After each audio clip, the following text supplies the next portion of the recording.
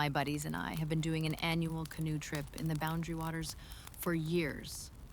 Last August, we paddled out to a small island campsite we'd used before. Totally isolated, just how we like it. We set up 2 tents near the shore and built a fire right where we always did. The first night, around 3 a.m., I woke up needing to pee. I grabbed my headlamp and stepped outside half asleep, then froze. About 30 feet from our tents, near the tree line, was a third tent. It was old, real old. Army green canvas, sagging, like it had been there for years, even though we'd scouted the whole island when we arrived. My light caught a faded symbol painted on the side, a black circle with 3 lines through it. I woke up my friend Evan, and we approached it slowly.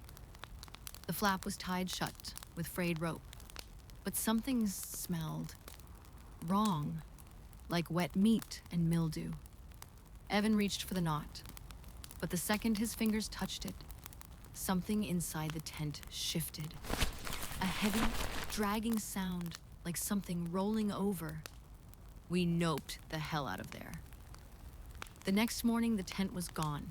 No tracks, no stains, nothing.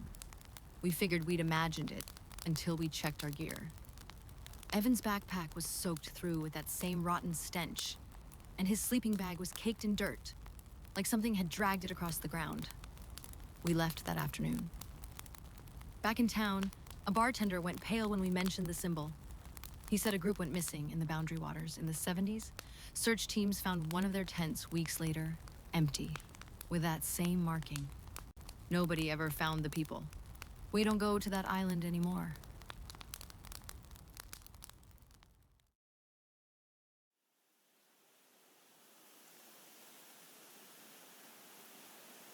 Last fall, my boyfriend Chris and I went backpacking in the San Juan Mountains.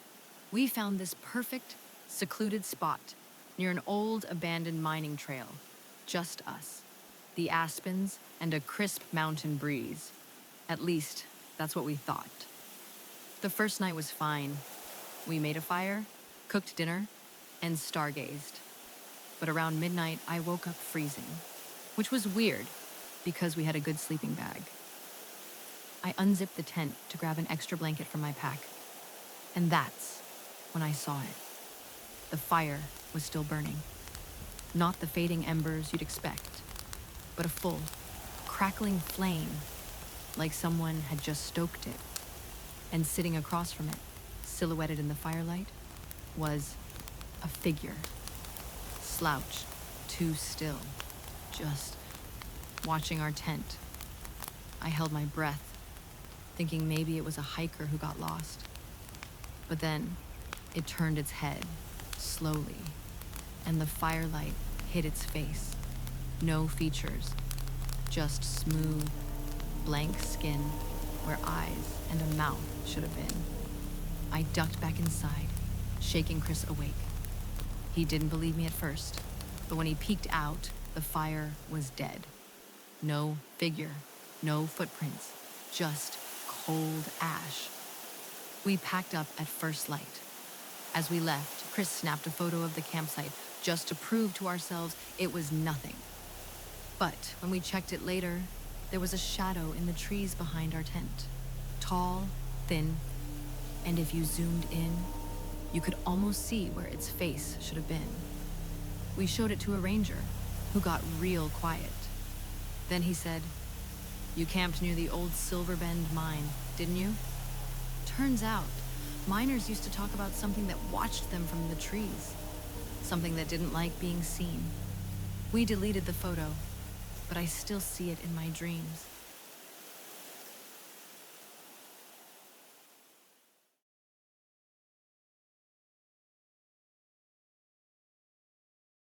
Last summer, my friend Cam and I went backpacking in the Bitterroot Mountains. We picked a spot near Elk Creek, deep in the woods, miles from any trailhead. The first night was peaceful, just the sound of the creek and the occasional hoot of an owl. Then, on the second night, we heard the whistling. It was faint at first, almost playful, a cheery little tune that didn't belong in the middle of nowhere. We froze, listening. The whistling got louder, closer, and then, from the darkness just beyond our firelight, a man stepped into view. He was tall, dressed in dirty jeans and a flannel shirt, like some backwoods hunter. But his face was all wrong. His grin was too wide, his teeth too white, his eyes too bright, like he was excited to see us. "Evening, ladies," he said, his voice smooth as honey. "Mind if I share your fire?" Cam and I exchanged a glance.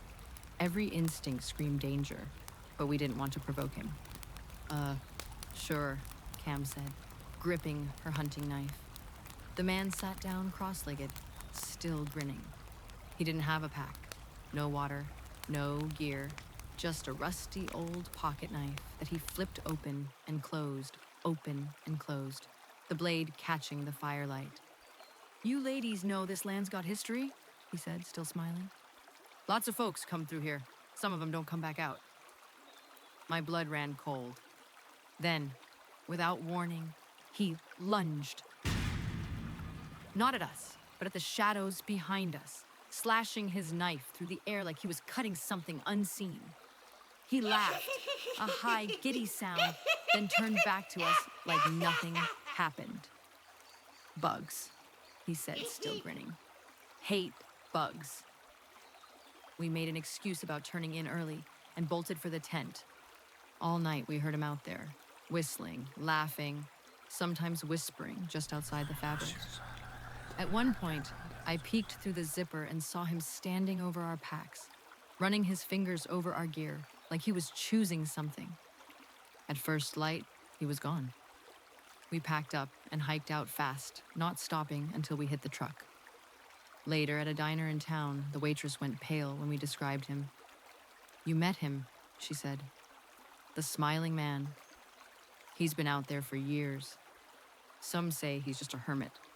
Others say he's something worse." She leaned in, lowering her voice. "Last year, 2 hikers went missing near Elk Creek. They never found the bodies. Cam and I didn't report it. What would we say? But sometimes, when I'm alone in the woods, I still hear whistling, and I run.